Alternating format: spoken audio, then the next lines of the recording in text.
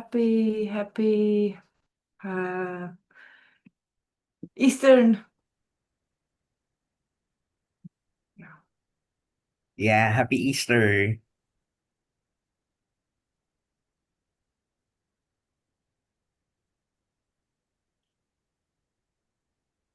Happy Easter. Let's go ahead and get started with a couple minutes of silence.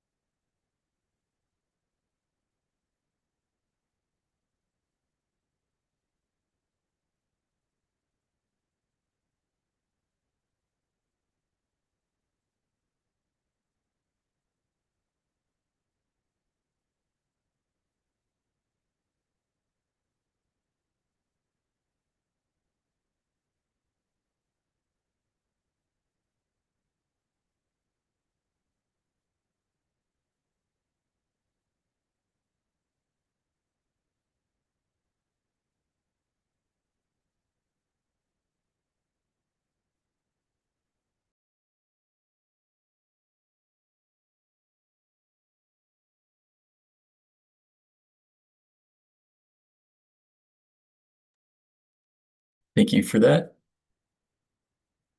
And just a quick recap. Very first line of Light of the Path, these rules are written for all disciples, intended to them.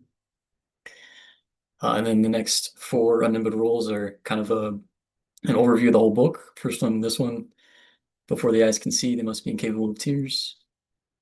Next one is before the ear can hear, it must have lost sensitiveness. And then this is the one we're on now. Before the voice can speak, in the presence of the master, must have lost the power to wound. And then we have this quote we read last time, but kind of plays into the next one we'll look at. So I'll read it fast here. Therefore was it written in the inner doorway of the lodges of the old Egyptian brotherhood, the laborer is worthy of his hire. And then comes to the first quote that we'll discuss here. Ask and you shall receive. Sounds like something too easy and simple to be credible. But the disciple cannot ask in the mystic sense in which the word is used in the scripture until he has attained the power of helping others. Why is this? Has the statement too dogmatic a sound? And I thought maybe first, since the quote itself is asking us this question at the end, maybe if anyone has any thoughts why this is, why we must be able to help before we can ask and then receive, as I think it's written somewhere in the Bible.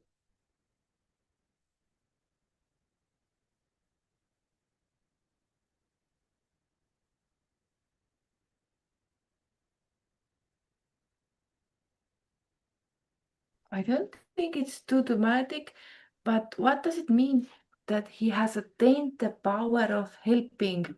Like, I mean, everybody has, possibility to help others, but power of helping, I'm thinking,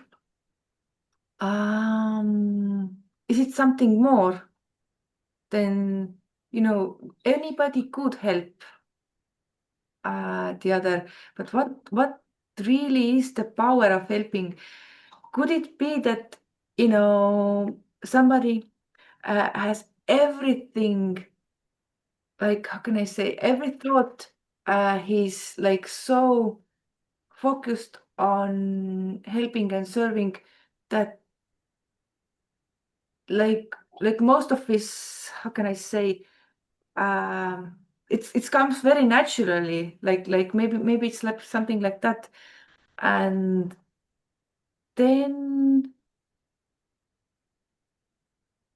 yeah, Thank you, Mary and Kay. then things. coming. Yeah, that's the thing that comes to my mind. Okay.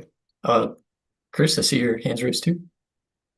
Uh-huh. I'm not sure how far um this is within the context of the book on the comments, but what immediately comes to my mind is that Leadbeater tells us that before a person is able to receive the teachings from a master, the master usually tests the disciple first, if they are worthy to receive the esoteric teachings, because they could use the esoteric teachings to harm others. So they'll become a sorcerer instead of becoming a Mahatma.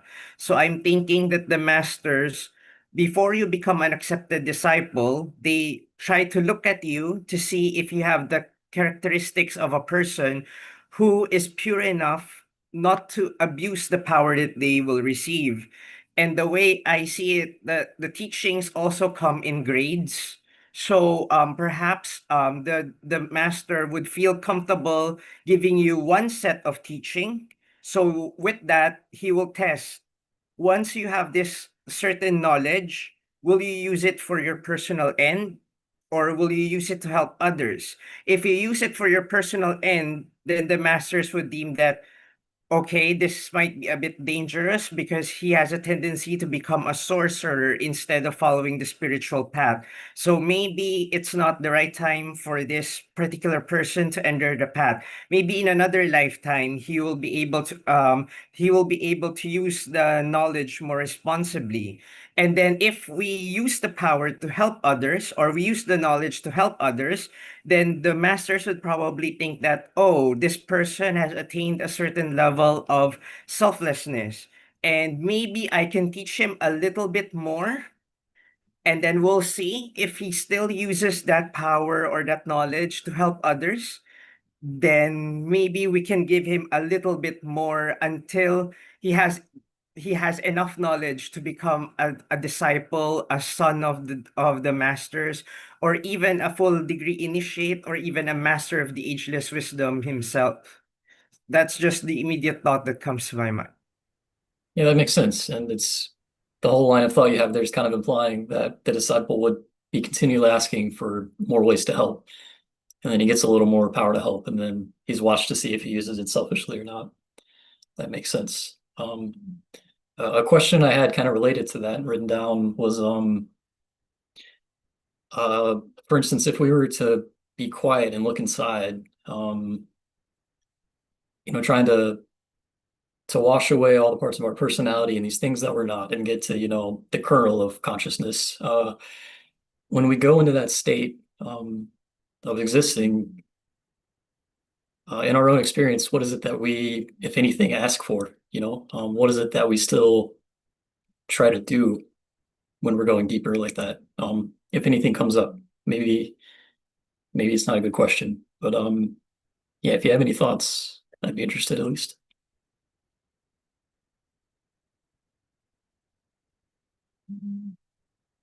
Yeah, put another way, in deep meditation, what is it that we ask for? Kind of in the same line of this quote.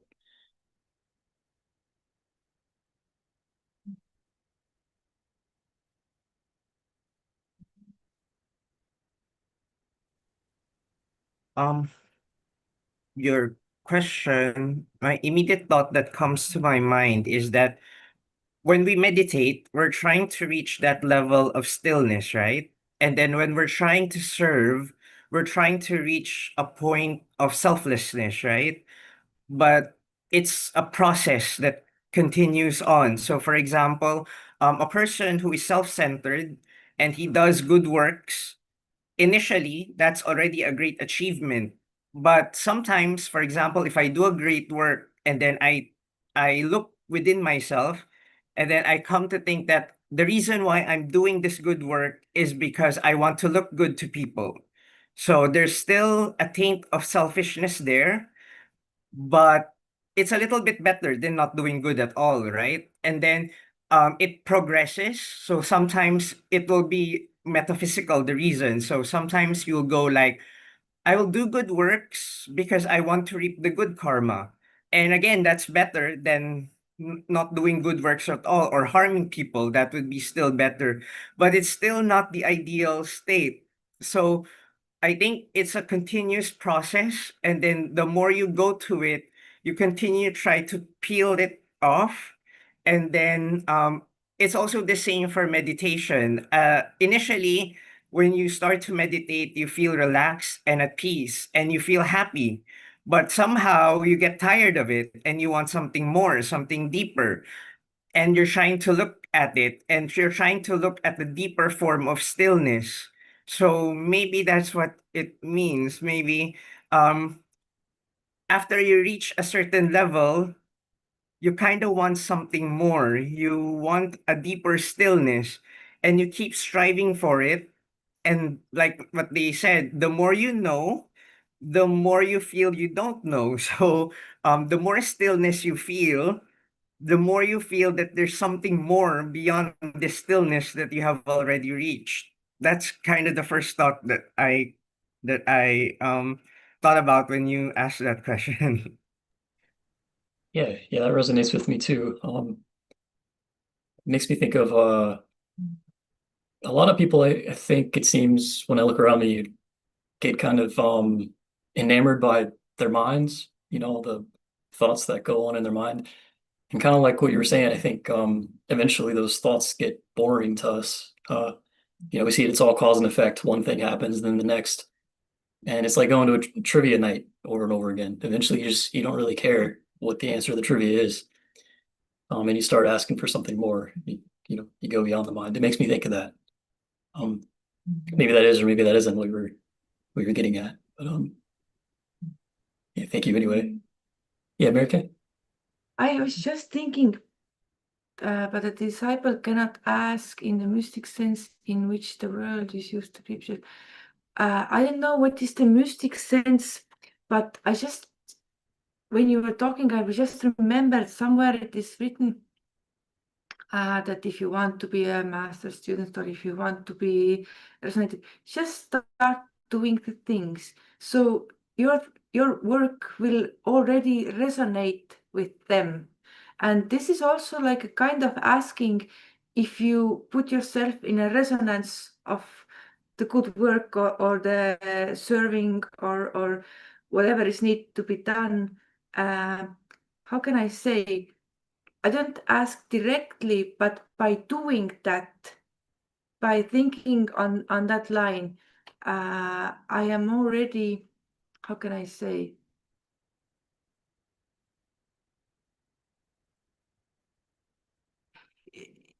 You don't ask with the words, but you ask with your doing, like you're thinking the way you are. So I'm thinking like this is, yeah, I guess it's kind of asking or not. I'm just trying to understand what is it asking in a mystical sense. Being ready for it. I don't know. Yeah, that makes sense to me too. And I feel like you're probably right. Asking in the mystical sense is something deeper than just literally asking, trying to do it, like you're saying. Any other thoughts on this? Yeah. This is one place they say that when you start really doing those things, then how can I say? I don't remember if I remember correctly how it was written, but it was something like this. Then they cannot like turn away if you really do the thing, and there will be like effects. Um, because you put yourself in a resonance with the masters or those who are, in the wave of like helping. And then, yeah,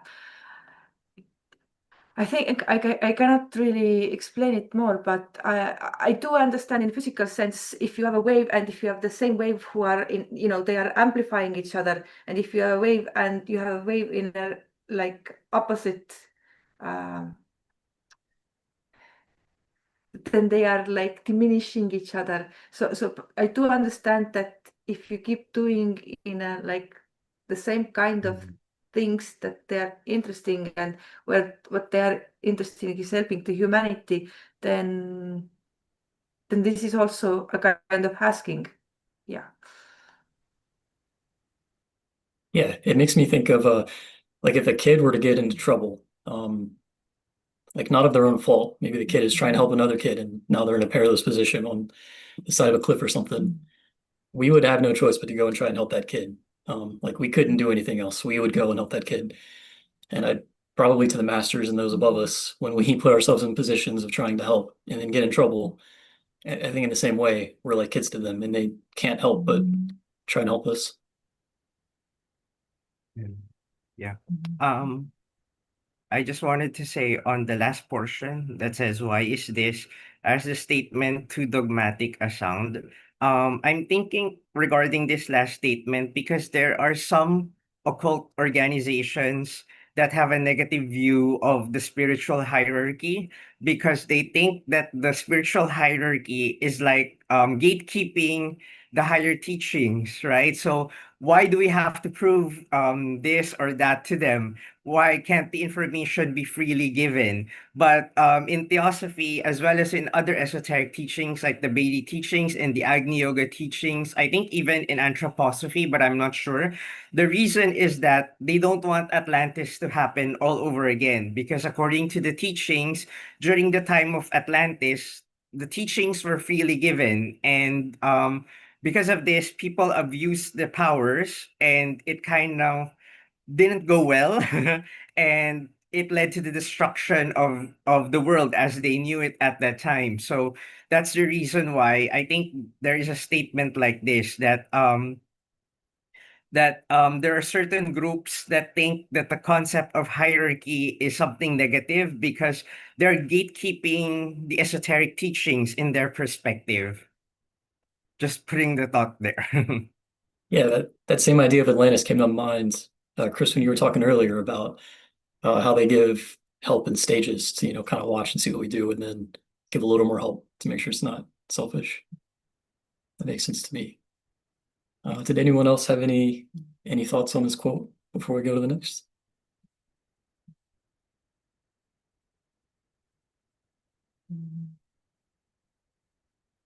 All right.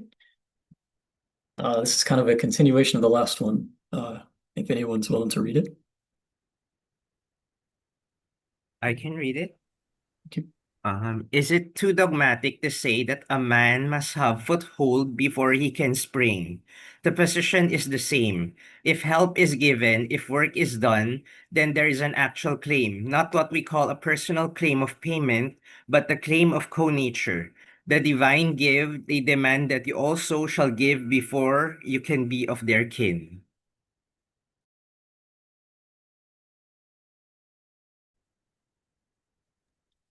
And one of the first questions I had written down about this quote is if anyone can think of examples of on the various planes of existence, the mental, emotional, physical, what does this help look like? Or, if you were to make a resolution to try and help in this way, what would that look like to you in your daily life? Somebody wrote about it. If I remember correctly, in a physical plane is action. In an emotional plane, I think it is like a compassion or like empathy or like you go feel this thing, but you do not, go into this. I don't know exactly the word, but and in mental level, what is mental level help? I guess you listen, the idea, or you're there for, and you let them know that they're not alone, and yeah,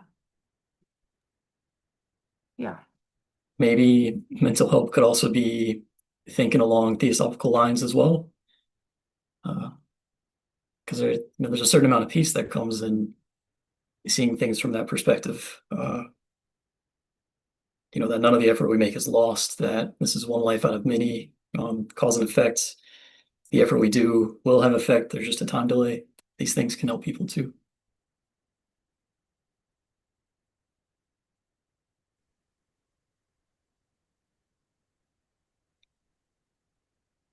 She also mentions here the claim of co-nature, which is kind of like the law of affinity, right?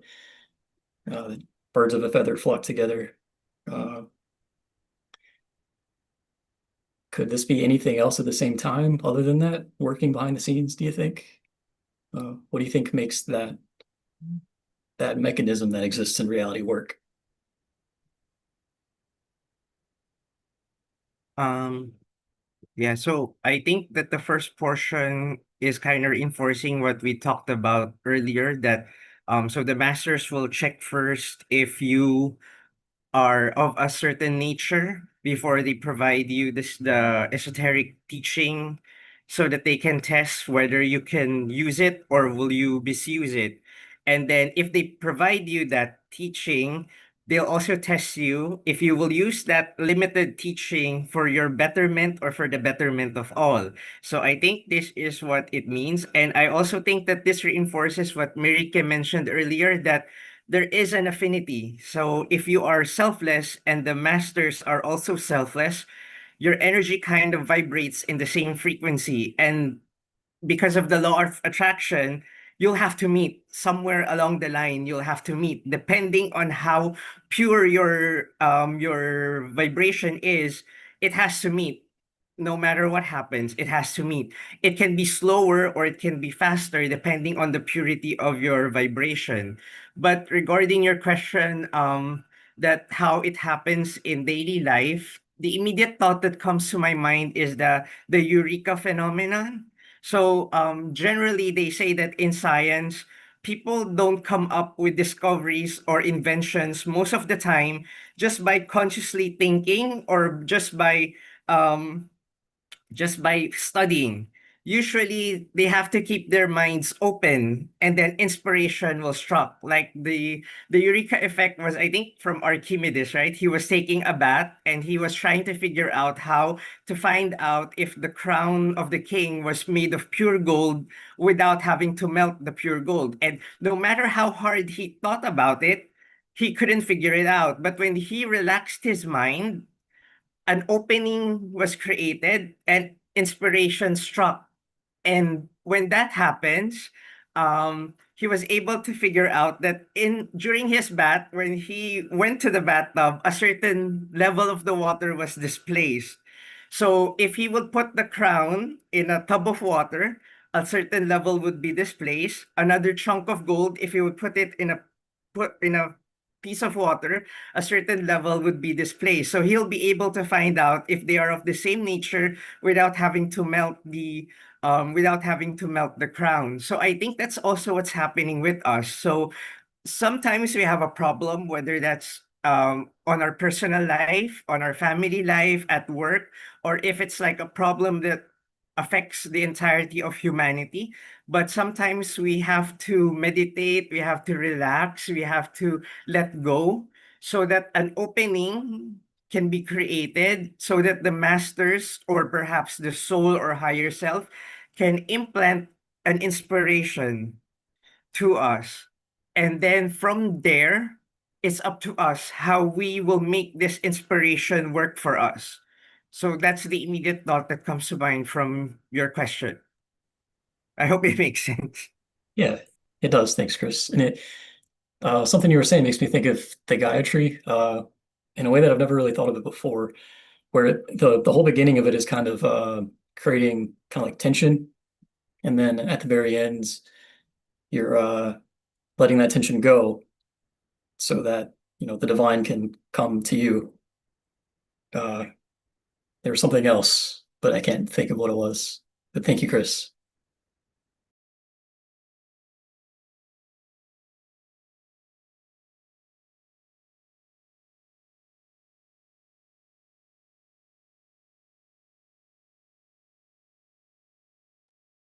Was there anything else on this quote before we go to the next? All right. If anyone's willing to read, please do. I can read. This law is discovered as soon as the disciple endeavors to speak. For speech is a gift which comes only to the disciple of power of knowledge. The spiritualist enters the physic astral world, but he does not find there any certain speech, unless he at once claims it and continues to do so. If he is interested in phenomena or the mere circumstances and accidents of astral life, then he enters no direct ray of thought or purpose. He merely exists and amuses himself in the astral life as he has existed and amused himself in the physical life. Thank you, Mary Kay.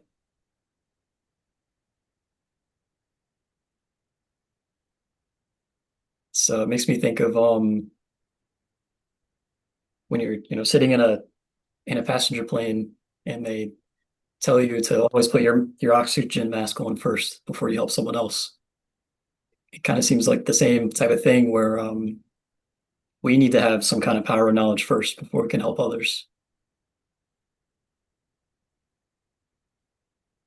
I remember once my Theosophy teacher in Finland told that, yeah, one of the reasons why it's not too good to get this powers of see the astral, and I mean, we are already there, but because in a physical life, it is easier to control things. But if you do not have control over things here, then you will not have it there either.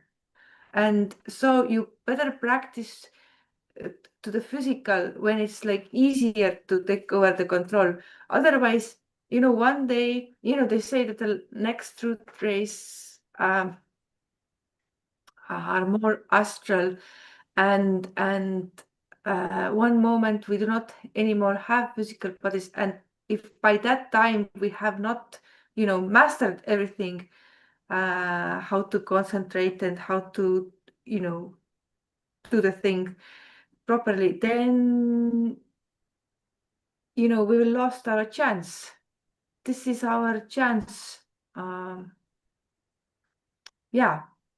And it is interesting that if he is interested in just the phenomena, but how many people, actually, most of the people are interested in phenomena and the circumstances, then this, the same thing continues in astral. They talk about people who are dead and continue doing the similar things, or what they used to do it in the life, because they're like so holding on to it. So yeah, those thoughts came up. Yeah, thank you. Chris? Oh, did you have your hand raised from before, or? Yeah. Sorry, some things happened to my Zoom. Anyway, I was thinking about the law is discovered as soon as the disciple endeavors to speak, for speech is a gift which comes only to the disciple of power and knowledge. I was thinking of mantra yoga and I think Yoga Sastra. Mantra yoga is the use of yoga of mantras in meditation. So we meditate in order to effect changes within ourselves. So for example, we speak Om Mani Padme Hum in order to focus our mind and to awaken compassion within. But there are certain mantras that we use in order to manipulate the energies around us. So, for example, some folk healers here in the Philippines, they have certain mantras that they can use. And using this, the science of vibration, they're able to effect changes in the physical plane, even in the astral plane. So I think that this one is saying that this knowledge is not freely given also. And most people, I think the spiritualists, he's referring to probably mediums or to people who are psychically sensitive to the astral plane. They are not able to manipulate the astral forces as of yet. They are just there. They're able to see the astral phenomenon. Maybe in a little bit, they're able to control certain forces, but they're not able to manipulate it with the same way that a person who knows the science of sound would be able to manipulate it. So those are just my thoughts regarding this one. Yeah, that makes sense. Yeah, the last part of this quote makes me think of that often in our daily lives we kind of do things for no other reason than just to amuse ourselves. Whatever way, just doom scrolling or whatever.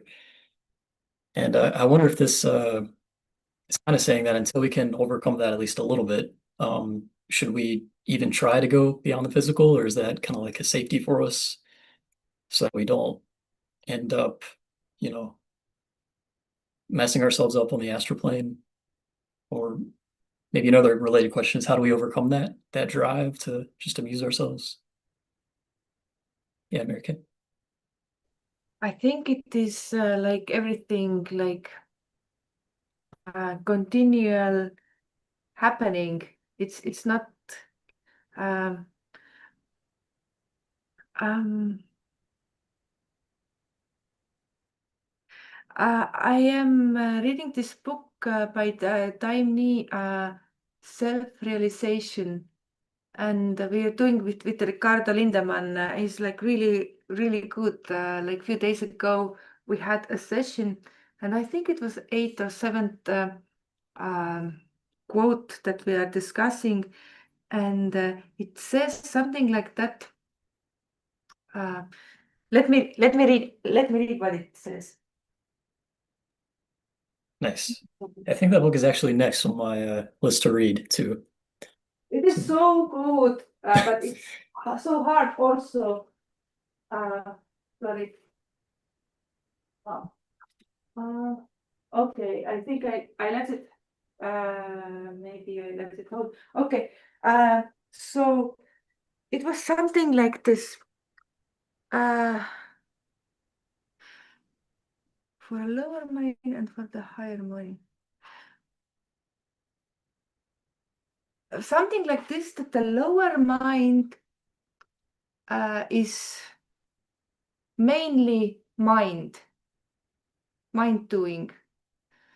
And then it was about 5 pages of discussion, and then almost in the end he brought out that the higher mind is also mind doing, but it has a certain understanding that a certain understanding of how universe and like micro and macrocosm are um, connected to each other. And what struck me was that it has a certain understanding. It does not have total understanding of it. If it's a total understanding, then we are in atomic level. So the higher mind start thinking about how we are connected with the cosmos and everything, and how everything is one. So I think this is what we are doing in Theosophy, that we start understanding, or we are trying to understand, we are trying to discuss it. This is like, this was for me like really interesting, that uh, both are to do with the mind, the lower and the uh, higher, but the lower is interested only like this phenomena thing, and the higher is um, starting to understand how it actually is. Yeah, just wanted to bring this one up. Yeah, thank you. Chris? Um, I remember reading, I think it's either from Jeffrey Hudson or from Leadbeater. So the astral and mental plane, it's like the atmosphere around the earth. So there are thoughts, and we breathe in and out, similar to how we breathe in and out when we are breathing in air. But when we're thinking, we're kind of letting the thoughts come into our mental body, and we're letting the thoughts come out of our mental body. And in general, humanity has a group consciousness, and there's a steady stream of thought that hits us. That's why, for example, there's fads, like there's like fashion, there's fads during the 70s, there's like fashion fads during the 80s, during the 90s, because on a subconscious level, we're all connected, and the thoughts that come to us, they stream directly to us. And for most people, breathing is unconscious in the same way that thinking for most people is also unconscious. That's why, for example, in the 16th century, when people thought that the world was flat, only Galileo was able to counter that with the belief that the world is round. And he almost got burned at the stake because of that belief. So people generally stick to the status quo because the collective consciousness of humanity has a certain stream of thought forms that it continuously flows in and out of us. But a person who meditates, he becomes more conscious of his thoughts. He becomes more conscious of his breath. A person who becomes more conscious of his breath is able to control how he breathes, right? And a person who becomes more conscious of his thoughts, he's also able to consciously control how he's thinking. So he doesn't just accept everything that comes into his mind. He begins to question it. And from that, you begin to have an idea that maybe this idea, even though it's accepted by millions of people, may not actually be true. Is it supported by evidence? Is it really real? This belief, is it really true, or is it just a belief held by many people? So I think that's the immediate thought that came to me when you asked the question that in the astral life, are we just merely spectators and looking at it like we're doom scrolling? My understanding is based on the teachings is that for the majority of people, yeah, we're just letting in thoughts come in and out. We're not consciously examining the thoughts that are coming in and out of our minds. But once we practice awareness, once we practice meditation, we become able to control our thinking process. We're able to manipulate the thoughts that come in and out of our minds. And eventually, also able to build in thought forms that could influence the collective consciousness of humanity. I hope that makes sense. I think it does. Yeah. Mary Kay? I was just thinking about the other day about the flat earthers. Where does it come from that they're like holding this?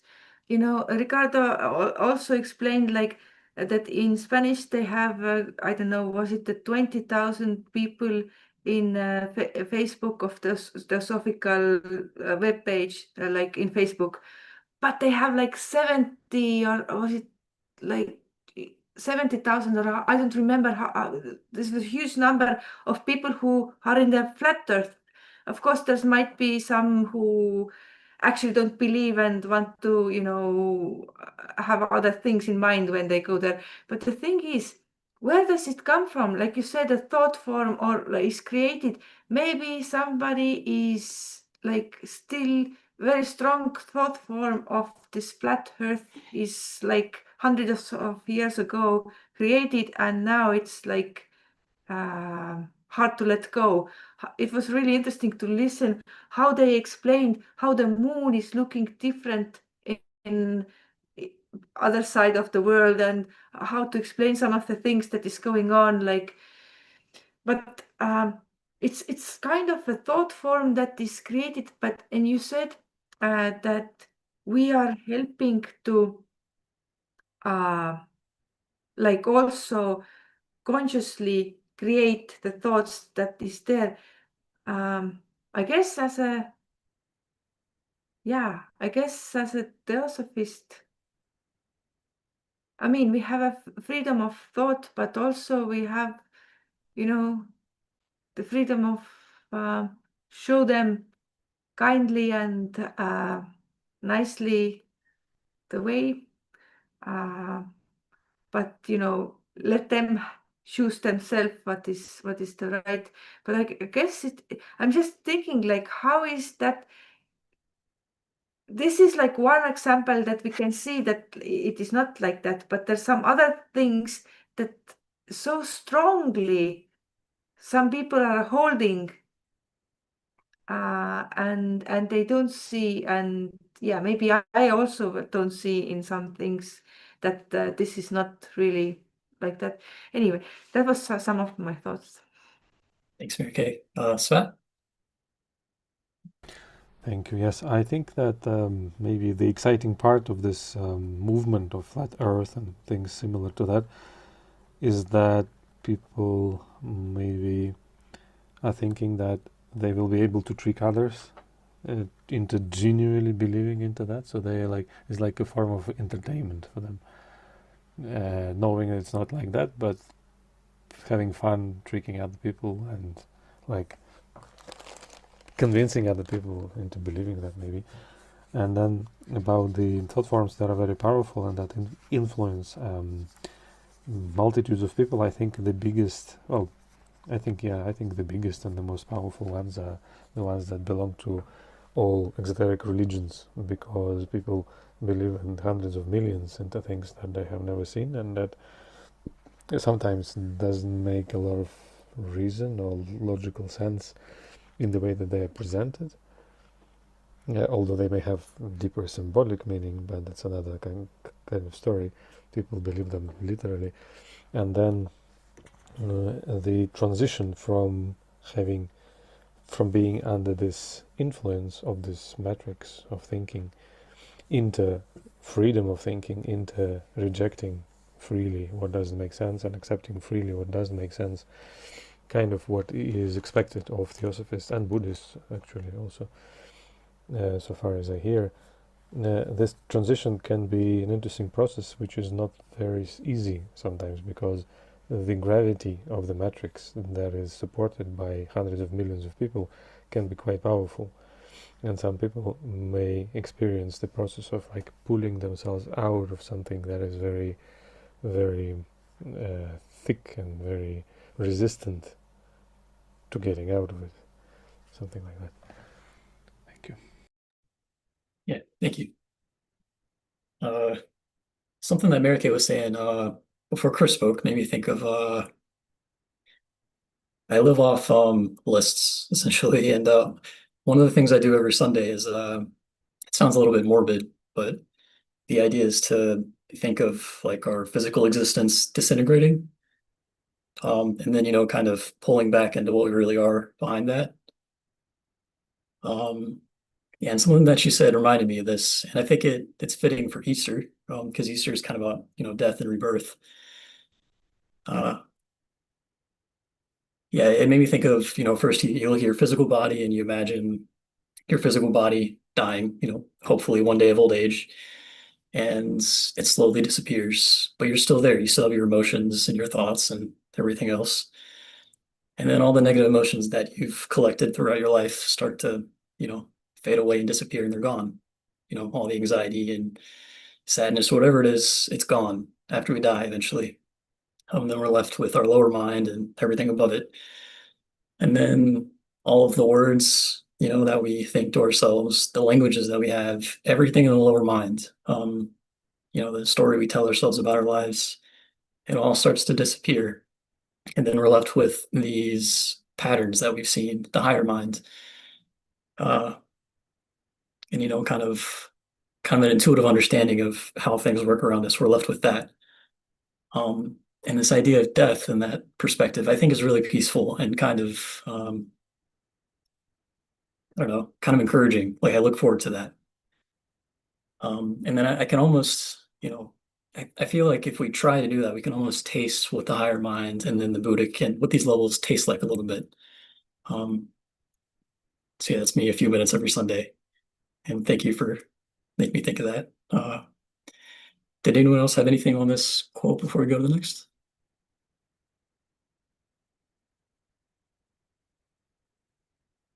All right, this one's also kind of related, I think, if anyone's willing to read.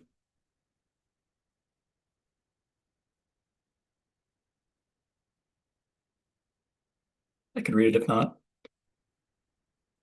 Right. Certainly, there are one or two simple lessons which the psychic astral can teach him, just as there are simple lessons which material and intellectual life can teach him. And these lessons have to be learned. The man who proposes to enter upon the life of the disciple without having learned the early and simple lessons must always suffer from his ignorance. They are vital and have to be studied in a vital manner, experienced through and through, over and over again, so that each part of the nature has been penetrated by them. And one of the notes I wrote on this is that I think it's kind of a bold statement, right? That intellectual life can only teach simple lessons. And I kind of like it because it like burns down this thing that most of us spend all of our time in, the intellect. And it's saying only simple lessons come from that. The real meat or vitality of life is something deeper. I don't know if anyone has any thoughts or if they disagree or.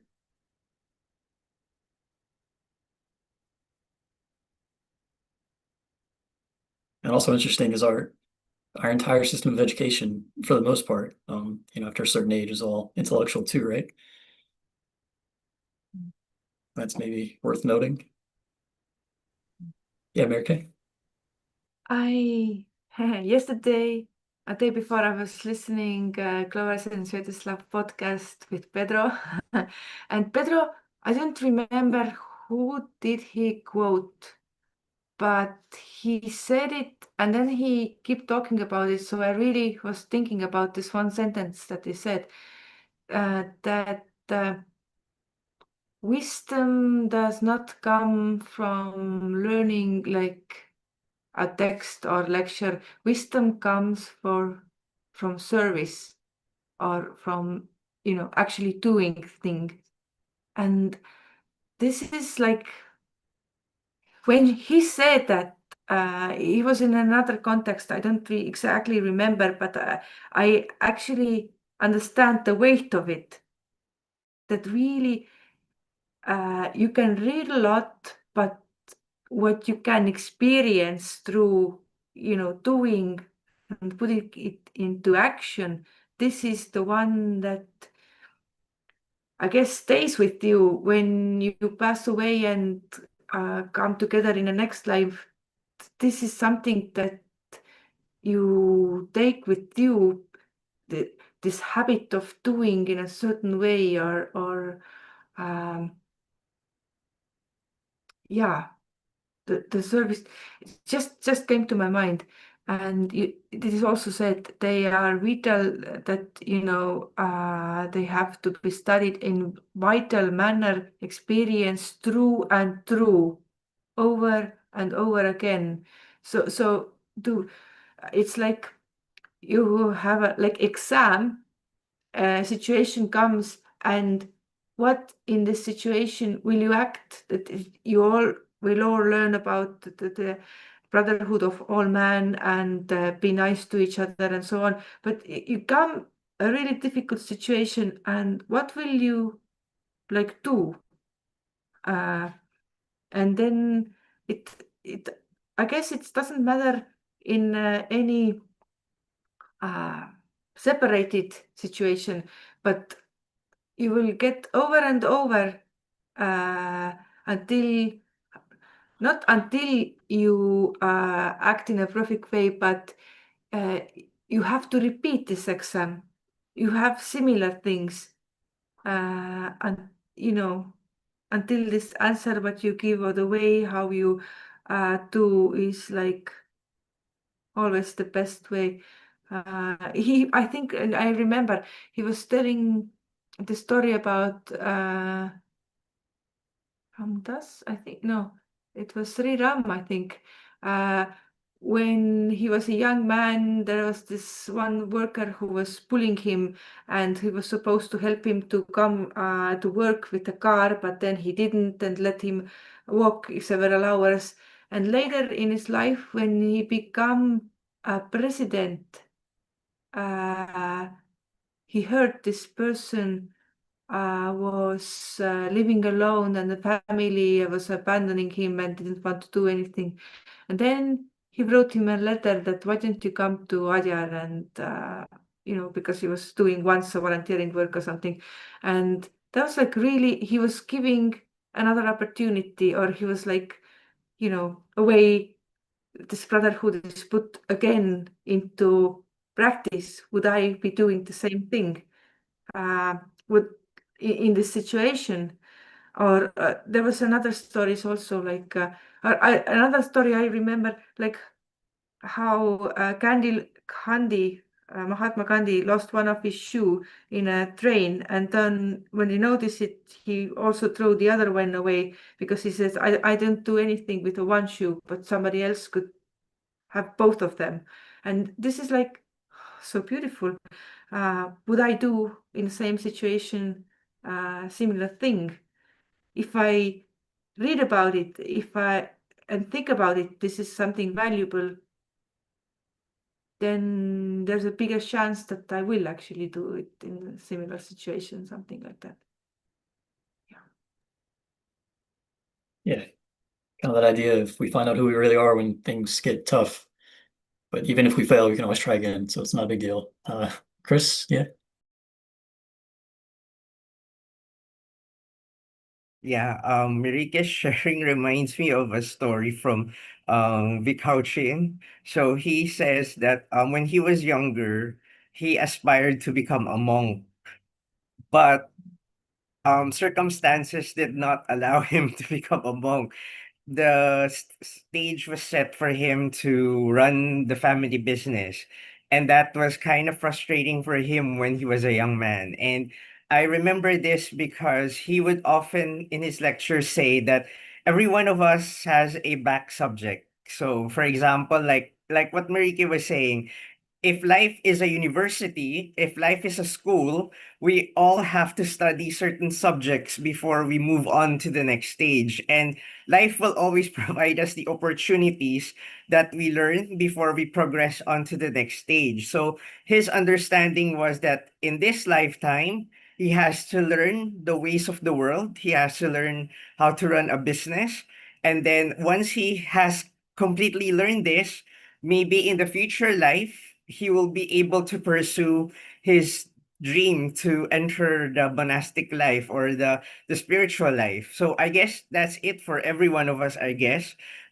We all have spiritual aspirations, but we have to take it one step at a time. So maybe each one of us has our own back subjects, and we cannot jump from one, we cannot skip a particular lesson. We have to go through each lesson.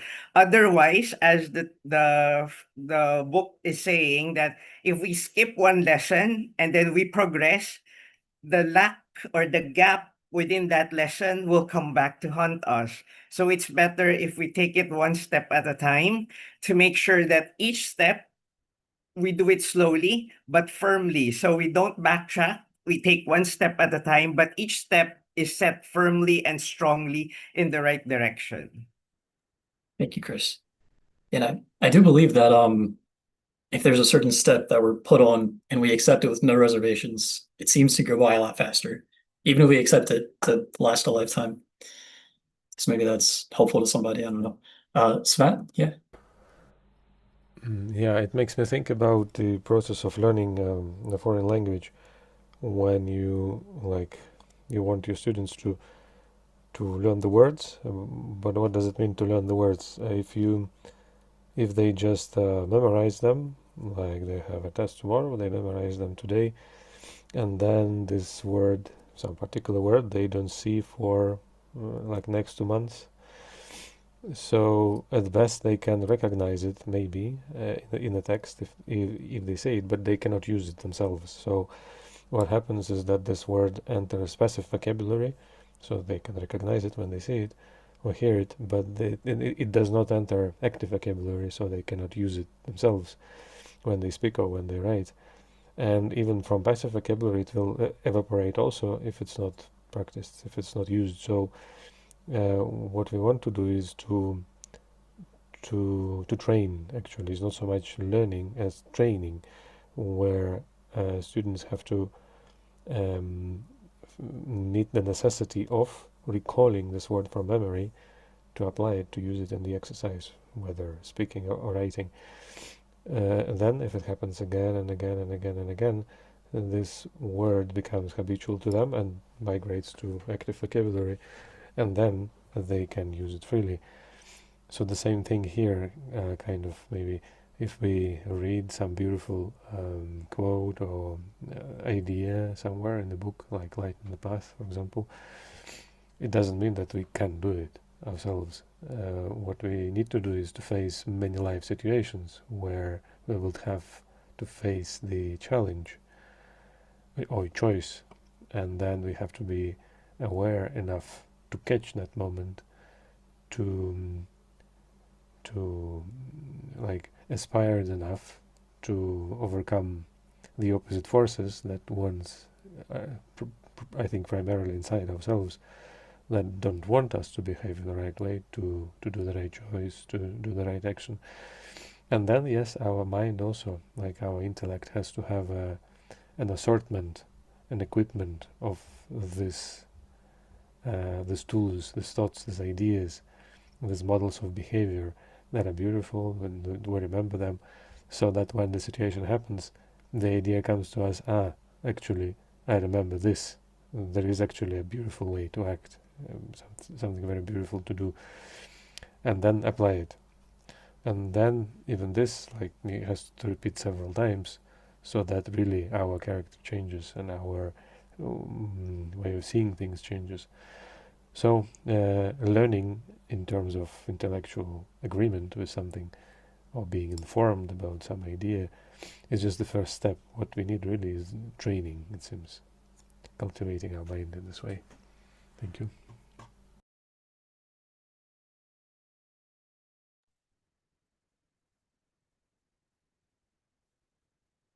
Thank you, Seth. Any other thoughts on this quote before we go to the next?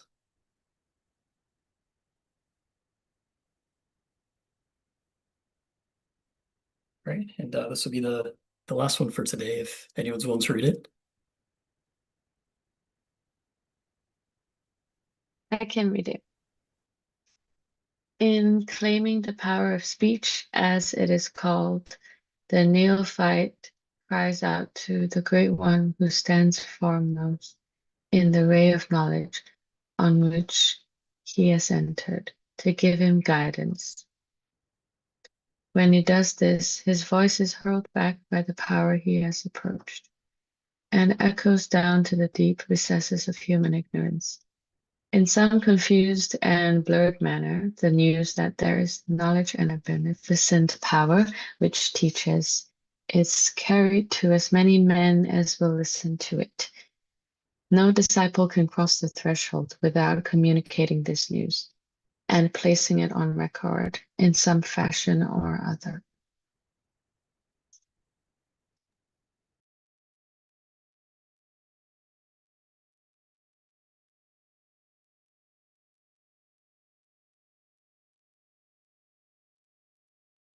Does anyone have ideas of in what way this can be put on record? Maybe in how it's been done in the past, or how we could do it ourselves here and now? Yeah, Chris? I think this is just my understanding of what is it. It says here that in claiming the power of speech, as it is called, the neophyte cries out to the Great One who stands in the ray of knowledge in which he has entered to give him the guidance. I think this first part means that the neophyte, or the person, or the spiritual aspirant, has been accepted as a chela or a disciple of the master, and he stands foremost in the ray of knowledge that he has entered. When he is accepted, his voice is hurled back by the power he approached. It means that his individual voice, his selfishness, his personal ego is brought back.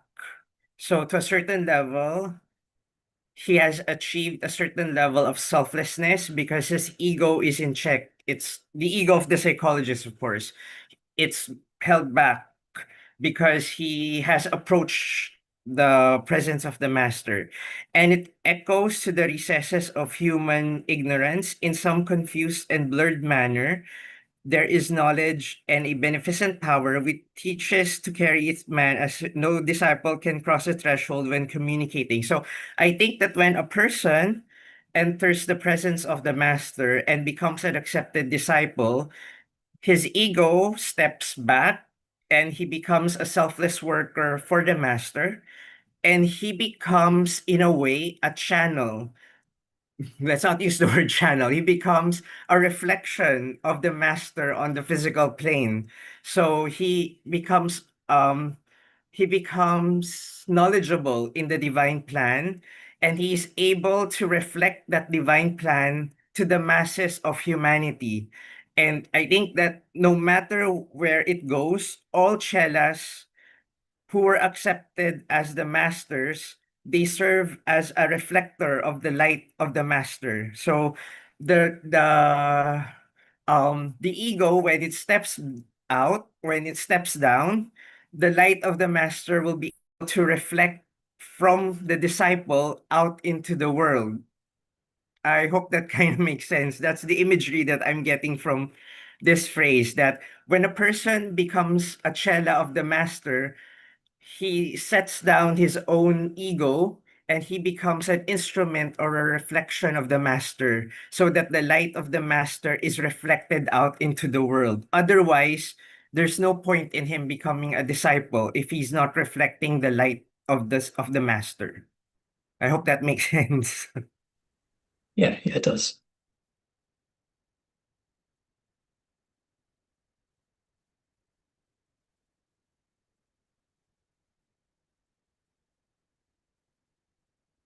Did anyone else have any thoughts?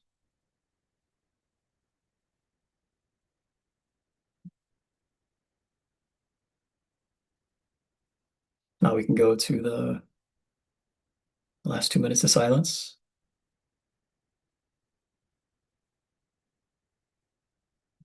All right, and that'll start now.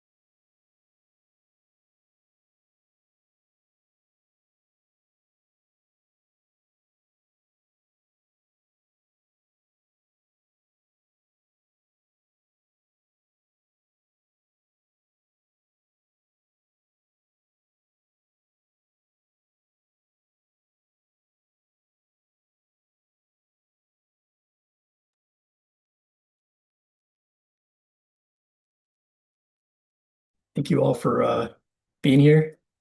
Hope you have a good Easter. It was good to see you. Thank you. Hope to see you next time. Thank Thank you. you. Thank you so Bye-bye. much.